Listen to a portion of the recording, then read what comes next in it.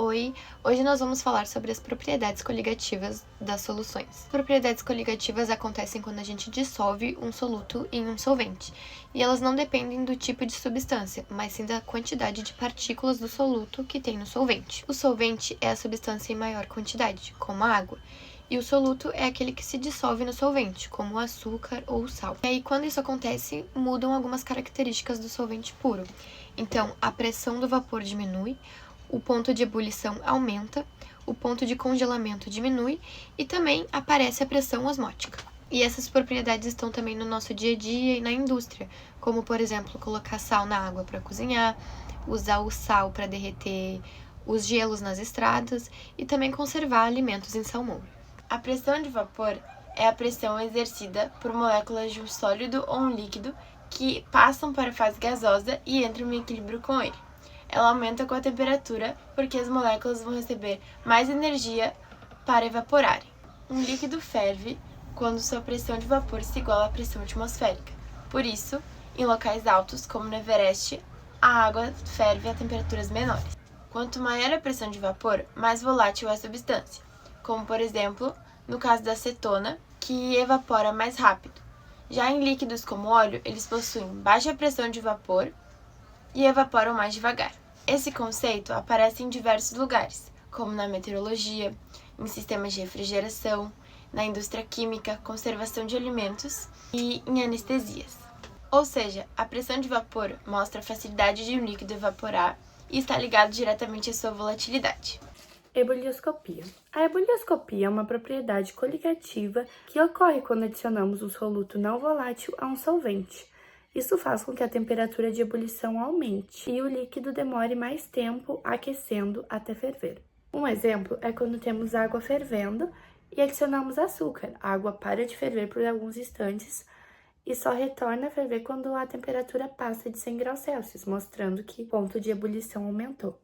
Também podemos observar no dia a dia, ao cozinhar um alimento em água com sal, como massa. E também na indústria, nas análises de soluções, que é utilizado para calcular a massa molar de solutos. A crioscopia é uma propriedade coligativa que mostra a diminuição da temperatura de congelamento de uma solução em relação ao solvente puro. Isso acontece porque as partículas do soluto dificultam a organização das moléculas do solvente na hora de formar o sólido, fazendo com que demore mais tempo para que ocorra o congelamento.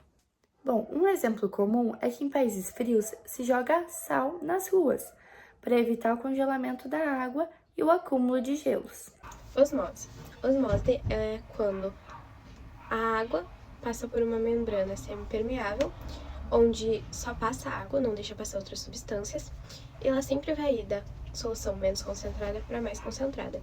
Esse movimento continua até que essa concentração fique equilibrada, ou que até a pressão osmótica seja suficiente. Exemplos do dia a dia. Sal e açúcar nos alimentos faz com que eles fiquem secos e conservados, porque a água sai por osmose. A alface com sal ela fica murcha, porque perde água também. E as salas do corpo, a membrana celular controla a entrada e a saída de água, mantendo as células saudáveis. Já a osmose reversa, ela é diferente, ao contrário da osmose normal. Nela se aplica uma pressão maior do que a pressão osmótica, e assim a água consegue ir da mais concentrada para menos concentrada, e isso separa os sais, as impurezas, deixando só água pura. A osmose reversa é utilizada em vários processos, como a filtração da água, né, os filtros domésticos, na indústria de alimentos, nos sucos, e também o tratamento da água em fábricas. A tonoscopia é a redução da pressão de vapor de um líquido quando a gente adiciona ou dissolve nele um soluto não volátil. E isso significa que esse líquido vai demorar mais para evaporar. Então, por exemplo, se a gente deixar um copo com água pura e um copo com água com açúcar, o copo com água pura vai evaporar mais rápido, enquanto o outro copo vai demorar mais. E é justamente a tonoscopia que nós vamos demonstrar no nosso experimento.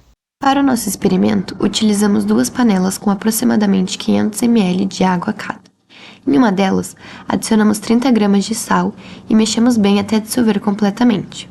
Em seguida, colocamos as duas panelas no fogo, mantendo a mesma intensidade de aquecimento. O que observamos é que a panela com água pura começa a ferver mais rápido, enquanto a água salgada demora mais tempo. Isso acontece porque a presença do sal reduz a pressão de vapor da água. Com isso, para que a pressão de vapor da solução se iguale à pressão atmosférica e comece a ebulição, é necessário atingir uma temperatura maior. Esse é o efeito da tonoscopia na prática. A solução com soluto tem evaporação dificultada e por isso a fervura acontece em uma temperatura mais alta. Vimos que as propriedades coligativas, pressão de vapor, ebullioscopia, crioscopia, osmose, osmose reversa e tonoscopia estão muito presentes em nosso cotidiano. Mesmo em situações mais simples, como cozinhar alimentos, conservar alimentos ou até no funcionamento de filtros de água, essas propriedades estão atuando. E com nosso experimento conseguimos demonstrar a tonoscopia de forma prática. Obrigada por assistir!